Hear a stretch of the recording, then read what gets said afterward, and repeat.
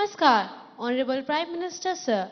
My name is Jovita Patra and I am a student of class 10th of Jawahar Navodaya Vidyalaya, Gurugram, Haryana.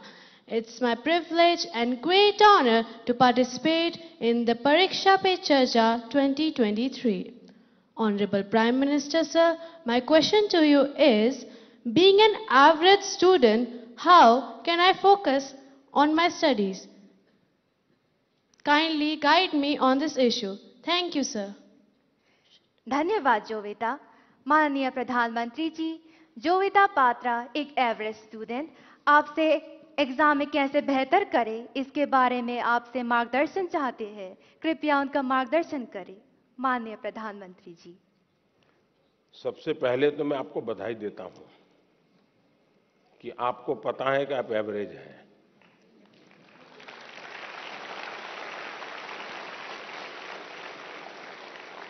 वरना ज्यादातर लोग ऐसे होते हैं जो बिलो एवरेज होते हैं और अपने आप को बड़ा तीसमार का मानते हैं, सब बंदर के व्यापारी मानते हैं।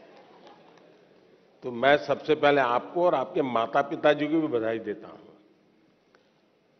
एक बार आपने इस सत्य को स्वीकार कर लिया कि हां भी मेरी एक क्षमता है, मेरी स्थिति है, मुझे अब इसके अनुकूल चीजों को ढूंढना होगा।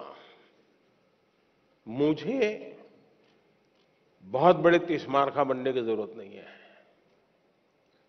हम अपने सामर्थ्य को जिस दिन जानते हैं ना, तो हम सबसे बड़े सामर्थ्यवान बन जाते हैं।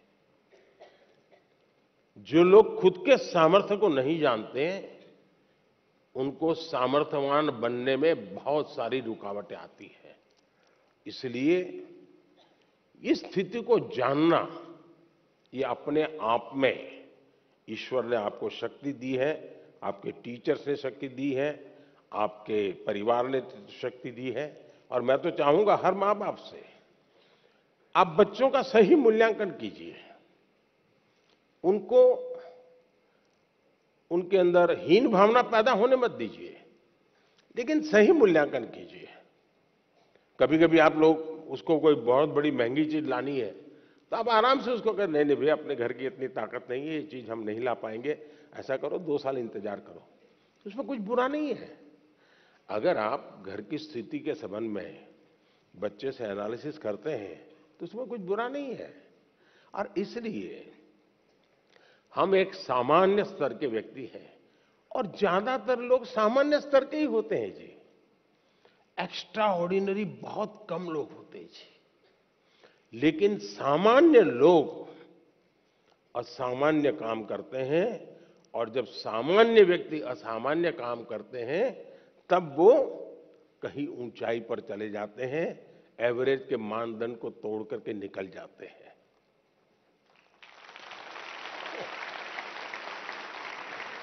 और इसलिए हमें कभी भी ये सोचना, दुनिया में आप देखिए ज्यादातर जो लोग सफल हुए हैं वो क्या है जी, वो किसी जमाने में एवरेज लोग थे जी, असामान्य काम करके आए हैं, बहुत बड़ा परिणाम लेके आए हैं। अब आपने देखा होगा इन दिनों दुनिया में पूरे विश्व की आर्थिक स्थितियों की चर्चा हो रही है। कौन देश कितना आगे गया, किसकी आर्थिक स्थिति कैसी है। और कोरोना के बाद तो ये बड़ा मानदंड बन गया है। और ऐसा तो नहीं है कि दुनिया के पास अर्थवेत्ताओं की कमी है।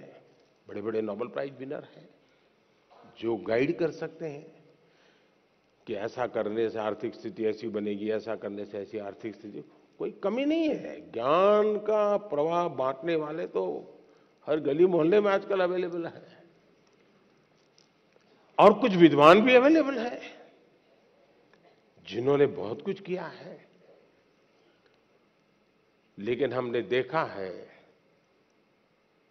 कि भारत आज दुनिया में आर्थिक जो तुलनात्मक हो रहा है, भारत को एक आशा की किरण के रूप में देखा जा रहा है।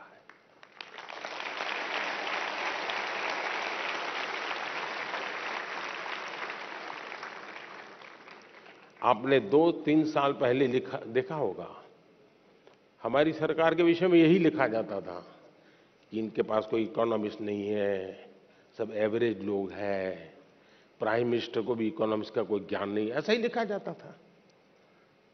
आप पढ़ते हैं कि नहीं पढ़ते ऐसा? लेकिन आज दुनिया में वही देश जिसको एवरेज कहा जाता था, वो देश आज दुनिया में चमक रहा है दोस्तों।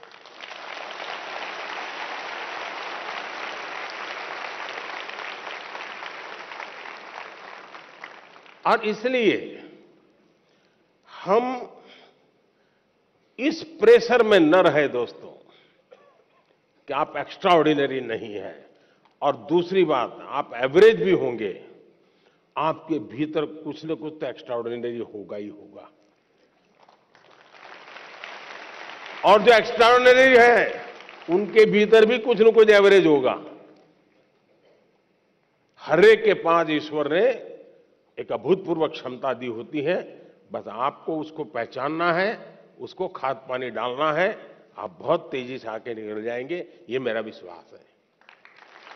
धन्यवाद।